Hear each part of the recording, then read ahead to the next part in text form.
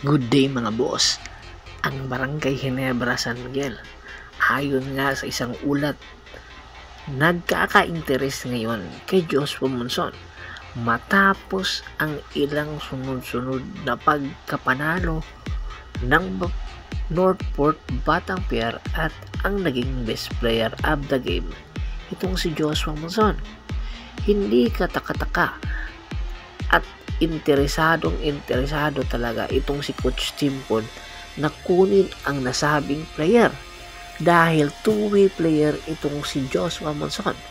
Tila nga daw bumabalik na ang dating forma ni Joshua Monson noong naglalaro pa ito sa EBL o sa Asian Basketball League, na kung saan nag-a-average nga ng 30 points per game.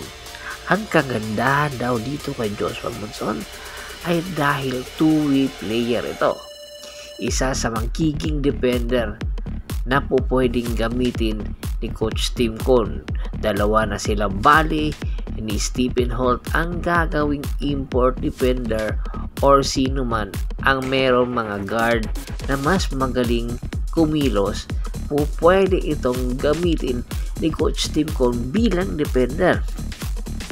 Sa ganda nga ng ipinapakita ni Joshua Monson sa mga nakalipas na laro ng Northport Batanguer, na kung saan nag-a-average ito ng 30 points per game, inaasahan na anytime ay kukunin na nga ito ng Northport o rather ng Barangay Ginebra San Miguel.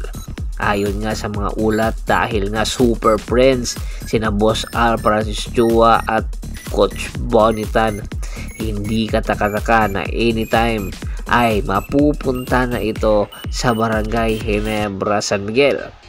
Bali daw, ayon sa ulat, po pwede ngayong konferensya or sa susunod na konferensya ay ipapadala na ito ng Northport Batanguer papunta sa Barangay Ginebra San Miguel. At malaki ang posibilidad na madadagdagan muli ang Barangay Ginebra San Miguel ng mga Pilipino-American.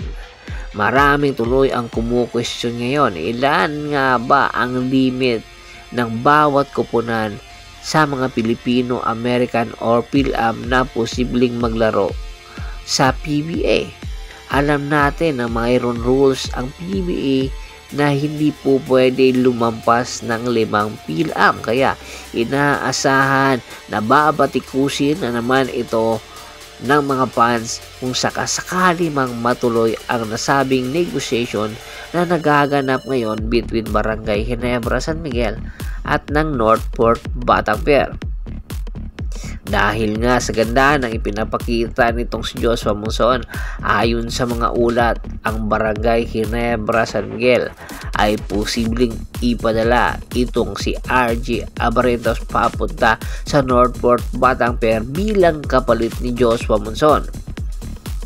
Ilang games na ang nilaro ng Barangay Ginebra San Miguel simula na magbalik ito sa Commissioner's Cup. At nakikita ng mga fans, especially ni Coach Tim Con, na itong si RG Abarentos ay napakadami ng turnover. Isa sa mga dahilan kung bakit daw papalitan na itong si RG Abarentos at ipunta muna sa Northport Batanguer dahil noong huling laban nila noong linggo kontra sa Hong Kong Eastern, ng kung saan napakaganda na sana ng play na nakuha ni Scottie Thompson papunta kay RG Abarentos, open na open ang nasabing player, pero sa halip na itira ito ni RG Abarentos ay ipinasa pa kay Japet Aguilar, dahilan na 2 points na sana ay naging bato pa at nagkaroon pa ng turnover.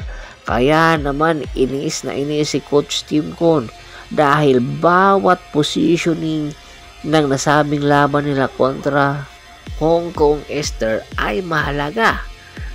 Napakita naman ni Coach Tim Con na ang nasabing laban, 2 lang ang naging lamang or 3 lang ang naging lamang ng Hong Kong Eastern kaya nagkakainis daw isipin ayon kay Coach Steve Cohn.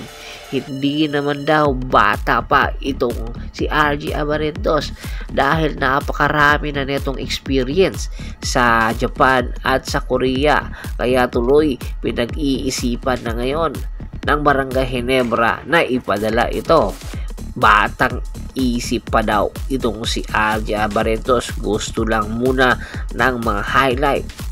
Kung gusto mo manatili sa Barangay Ginebra, dapat mag-mature ka na dahil si A. Tenorio ay hindi na bumabata at anytime magre-retiro na. Ano sa tingin nyo, patas ba ang nasabing negotiation na nagaganap ngayon between Barangay Ginebra at Northport Batavia involving Joshua Monson at RJ Abarentos? Komento na sa baba ng video at pag-usapan natin yan. Once again, this is Percival Monteron at your service.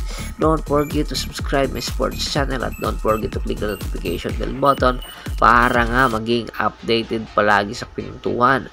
At bago pa man natin tapusin ang ating kwentuhan, shout out muna tayo sa ating mga solid na followers. Ay kagawad kat sa kinudukusin ng Hagonoy, Bulacan, Anthony Laquianon, Adrian Dulay at sa Dulay family, Masyari Mascarinas, sa Mascarinas family, marami pong salamat.